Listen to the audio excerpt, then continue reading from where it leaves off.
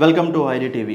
వర్షాకాలంలో ఎట్టి పరిస్థితుల్లో ఈ మాంసాహారం తినకండి అంటున్నారు వైద్య నిపుణులు. ఇంతకీ ఏంటి అని అంటారా? వర్షాకాలంలో చేపలను చాలా అసలు తినకపోవడమే మంచిది, లేదంటే మాత్రం వీలైనంత తక్కువగా తినటమే మంచిది అంటున్నారు. ఎందుకు అనంటే వర్షాకాలంలో ఎక్కువ వర్షాలు కురిసే సమయాలలో జలాశయాలలో అన్ని రకాల మురికి నీరు, వర్షపు నీరుతో పాటు అన్ని రకాల డ్రైనేజీ వాటర్, మురికి నీరు చివరికి చేరేది కూడా ఆ సముద్రంలోకే.